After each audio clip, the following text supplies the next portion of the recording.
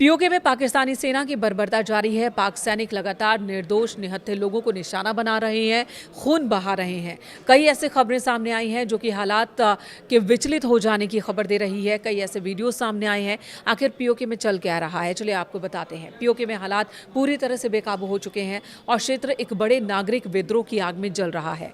तथाकथित विधानसभा चुनाव का बहिष्कार कर रहे स्थानीय लोगों पर पाकिस्तानी सुरक्षा बलों और रेंजर्स ने अंधाधुंध गोलियां चलाई, स्नाइपर्स से हमले किए हैं। जॉइंट अवामी एक्शन कमेटी यानी कि JAAC और अंतर्राष्ट्रीय मीडिया रिपोर्ट्स के माने तो इस ताज़ा सैन्य कार्रवाई में हताहतों की संख्या लगातार बढ़ रही है। ताज़ा हिंसा में मौतों की संख्या की अगर हम बात करें तो 27 जुलाई 2026 को चुनाव के पहले चरण के दौरान भड़की हिंसा में 40 से ज़्यादा नागरिकों की जान जा चुकी है। 5 जून से लेकर अब तक आंदोलन जो चल रहा है, इसमें पाकिस्तानी सेना के हाथों 80 से ज़्यादा प्रदर्शनकारी मारे जा चुके हैं। इनमें कई निहत्थे हैं, मासूम हैं। सेना की सीधी फायरिंग में 50 से ज़्यादा लोग गंभीर रूप से घायल हुए हैं। 1400 से ज़्यादा राजनीतिक कार्यकर्ताओं और आम नागरिकों को गिरफ्तार कर अज्ञात स्थानों पर डाल दिया गया है। इंटरनेट ब्लैकआउट के बावजूद पीओके से कुछ बेहद विचलित करने वाले वीडियोज़ और तस्वीरें लीक हो रही हैं, सोशल मीडिया पर आ रही हैं। वीडियो में रावलकोट के ड्रेक एट की बात करें और मुजफ्फराबाद की बात करें तो सड़कों पर प्रदर्शनकारियों के शव पड़े हुए हैं, खून से लथपथ। खून खून हर तरफ दिखाई दे रहा है। अस्पतालों से भी दिल दहला देने वाले दृश्य सामने आए।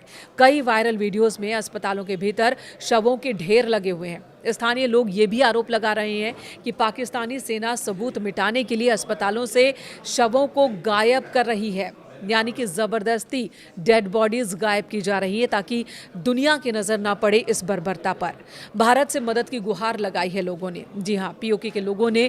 और एक स्थानीय इन्फ्लुएंसर अकील भाई ने, एक स्थानीय महिला ने, कई ऐसे वीडियो सामने आए हैं, तेज़ी से वायरल हो रहे हैं, जिसमें वो रोते दिख रहे हैं और कह रहे हैं कि हमारे बच्चों का कत्लेआम हो रहा है, अल्लाह के वास्ते भारत हमारी मदद करे। तो स्थानीय लोग भारत से मदद की मांग कर रहे हैं। आपको बता दें, ये विद्रोह अचानक नहीं भड़का, बल्कि इसके पीछे दशकों का आर्थिक और राजनीतिक शोषण है।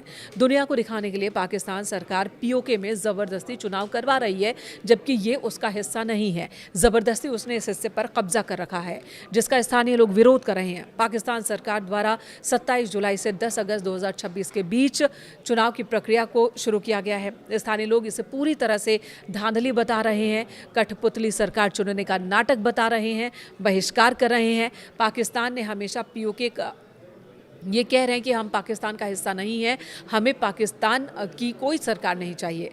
पाकिस्तान ने हमेशा से ही पीओके को आर्थिक उपनिवेश की तरह इस्तेमाल किया।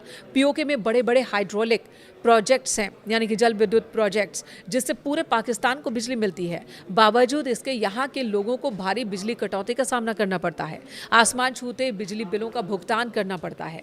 महंगाई और बुनियादी संकट भी है पीओके के सामने। आटे, राशन, सब्जियों और पेट्रोल की कीमतें बेतहाशा बढ़ोतरी के रास्ते पर है, लिहाजा लोग सड़कों पर है और लगातार आंदोलन कर रहे हैं। आंदोलन को कुचलने के लिए ही सेना ने इन आवश्यक वस्तुओं की सप्लाई भी रोक दी। रावलकोट के ईदगाह मैदान में हजारों प्रदर्शनकारियों ने एक सुर में नारेबाजी की और कश्मीर को पाकिस्तान, इन्होंने कहा कि कश्मीर पाकिस्तान का हिस्सा नहीं है, कभी नहीं हो सकता, न कभी था। भारत सरकार ने पीओके के हालातों पर बेहद कड़ा और स्पष्ट रुख रखा है। भारतीय विदेश मंत्रालय ने साफ कहा है कि हमारी नज़र पाकिस्तान अधिकृत कश्मीर पर है और ये कि ये चुनाव महज एक दिखावा है। विश्व के सामने पाकिस्तान नकाब पहनने की कोशिश कर रहा है, अपने अवैध कब्जे को छिपाने की कोशिश कर रहा है, जो महज एक हथकंडा है। भारत ने वैश्विक मंच पर कहा कि पीओके में जारी व्यापक जन आक्रोश पाकिस्तान के प्रशासनिक दमन, आर्थिक शोषण और मौलिक मानवाधिकारों के गंभीर उल्लंघन का सीधा नतीजा है। भारत हमेशा से पीओके और लद्दाख को अपना अभिन्न अंग मानता है। पाकिस्तानी सेना की इस क्रूरता ने दुनिया का ध्यान खींचा है और इस्लामाबाद चौतरफा घिर चुका है। संयुक्त राष्ट्र मानवाधिकार कार्यालय के प्रवक्ता जेरेमी लॉरेंस ने सार्वजनिक सभाओं पर रोक और अभिव्यक्ति की आज़ादी को दबाने के लिए सैन्य ताकतों के इस्तेमाल पर गहरी चिंता जताई। मानवाधिकार संगठन एमनेस्टी इंटरनेशनल ने बुलेट्स और बैलेट्स की नीति की निंदा की और इसे कत्लेआम करार दिया और कहा कि इसकी जांच स्वतंत्र और निष्पक्ष एजेंसी से होनी चाहिए।